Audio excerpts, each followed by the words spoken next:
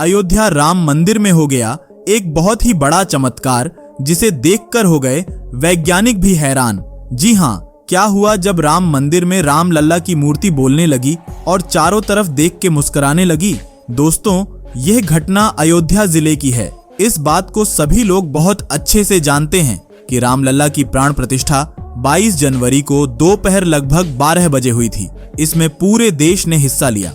इस जश्न में बड़ी बड़ी हस्तियों को शामिल होने की इजाजत दी गई। प्राण प्रतिष्ठा के उत्सव में सभी ने भाग लिया और पूरे देश में भगवान राम की पूजा की गई। हालांकि आज सुबह राम मंदिर में हुई घटना के बाद हर किसी के मन में एक ही चिंता है कि आखिर ऐसा कैसे हो सकता है, कैसे राम लल्ला की मूर्ति बोल सकती। एक मूर्ति का बोलना सच में सबको बहुत परेशान कर रहा है।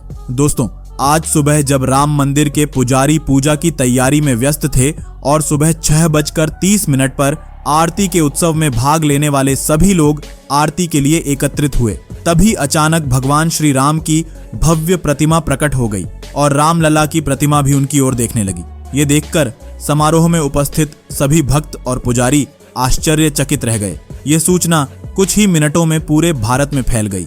अब सवाल यह आता है कि आखिरकार यह सब हुआ कैसे और इन सब के पीछे क्या घटना है। दोस्तों, हमारी ये आज की वीडियो को बहुत ध्यान से देखना, क्योंकि आज के वीडियो में एक बहुत बड़ा खुलासा होने वाला है।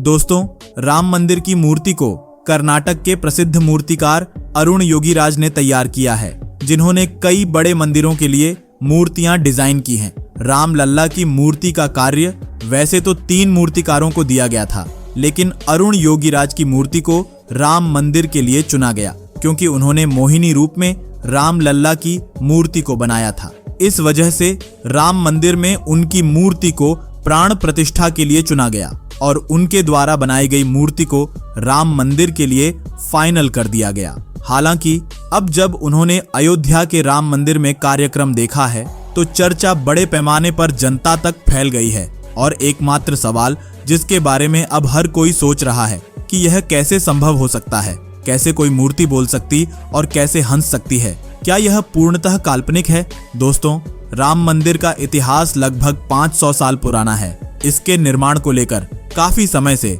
विवाद चल रहा था और अब अयोध्या में भव्य राम मंदिर बन चुका है।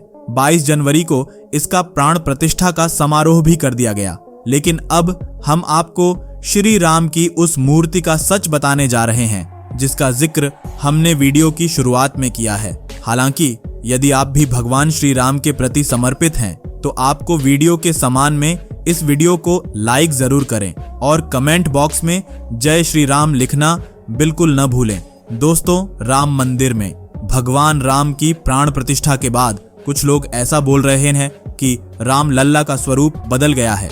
क्या है आखिर इसकी पूरी सच्चाई, चलिए आपको बता देता हूँ। यह बात राम लल्ला की मूर्ति के निर्माता अरुण योगीराज ने राम लल्ला की मूर्ति की प्राण प्रतिष्ठा के बाद निर्माण करते समय कही। जब उन्होंने दर्शन किए तो वो भी मंत्रमुग्ध हो गए। उन्हें यकीन ही नहीं हो रहा था कि राम लल्ला की मूर्ति उनके अपने हाथों से बनाई गई है। प्राण प्रतिष्ठा से पहले वह 10 दिन तक अयोध्या में रुके थे। उन्होंने कहा कि गर्भगृह में राम लल्ला की मूर्ति की प्राण प्रतिष्ठा करने के बाद उस मूर्ति की छवि बदल सी गई। उनकी आंखें जीवित सी हो गईं और उनके होठों पर बच्चों जैसी मुस्कान आ गई। राम लल्ला की मूर्ति मानो बोलने लगी, शायद उसकी पलकें झपक गई हों।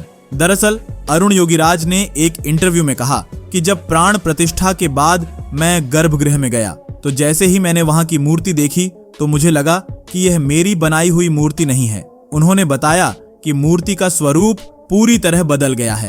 राम लल्ला की मूर्ति एक विशेष काली चट्टान से बनी है, जिसे कृष्ण शिला भी कहा जाता है। दोस्तों, आपको बता दें कि इस भव्य प्रतिमा को बनाने में लगभग 7 महीने का समय लगा था। दोस्तों, जब राम मंदिर का अभिषेक हो रहा था तो मोदी की स्पेशल फोर्स के कमांडो छत पर बैठकर मंदिर की निगरानी कर रहे थे।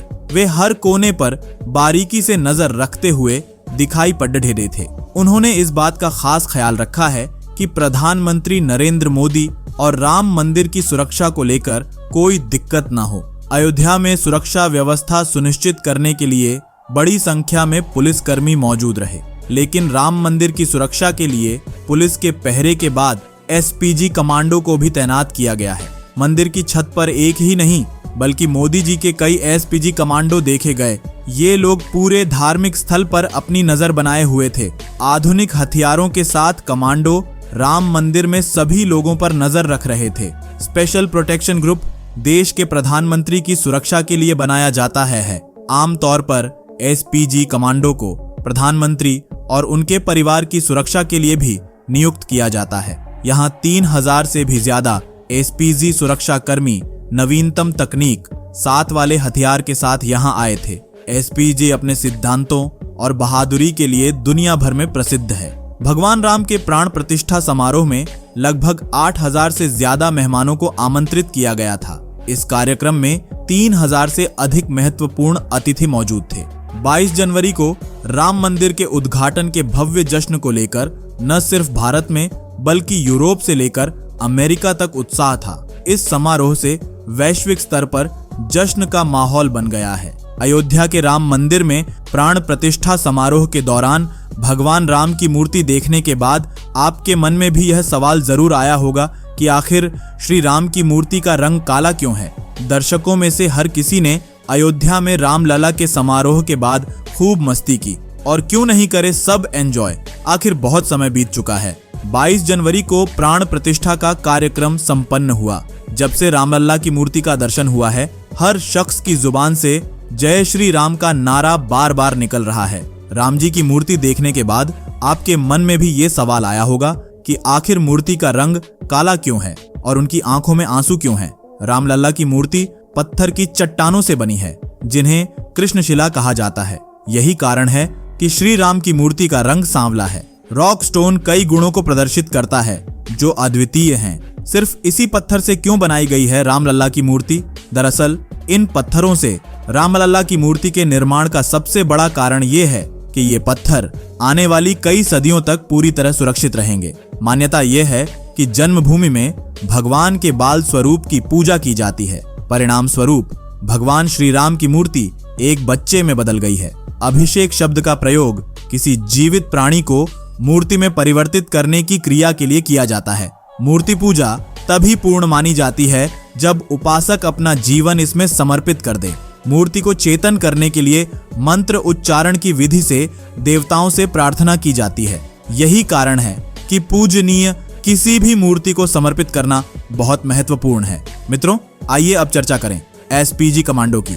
दोस्तों, नरेंद्र मोदी एकमात्र ऐसे राष्ट्रीय नेता नहीं हैं जिन्हें एसपीजी कमांडो की सुरक्षा का लाभ मिला हो। इससे पहले के पूर्व प्रधानमंत्री और उनके पूरे परिवार के सदस्यों को भी एसपीजी की सुविधा दी गई थी।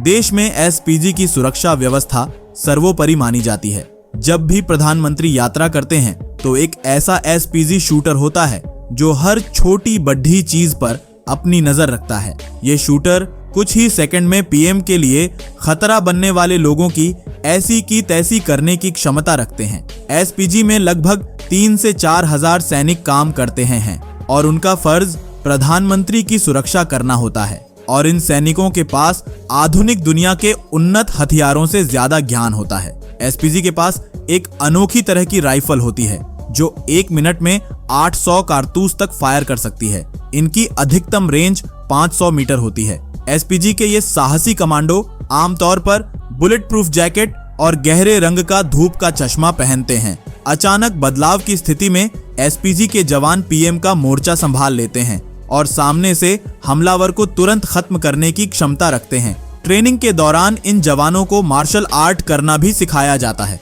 इस उदाहरण में ये सैनिक हमलावर को बिना हथियार के आगे बढ़ने से रोक सकते हैं। दोस्तों, हम आपको बता दें कि राम मंदिर की सुरक्षा को मजबूत करने के लिए भगवान राम लल्ला के विशाल मंदिर के साथ साथ राम जन्मभूमि परिसर में लगभग 110 सीसीटीवी कैमरे लगाए गए हैं। यदि आपको हमारी आज की वीडियो पसंद आई हो तो कृपया हमारी वीडियो को लाइक करें और हमारे चैनल को सब्सक्राइब करें। और अगर आप सच्चे सनातनी हैं तो कमेंट बॉक्स में जय श्री राम लिखना न भूलें।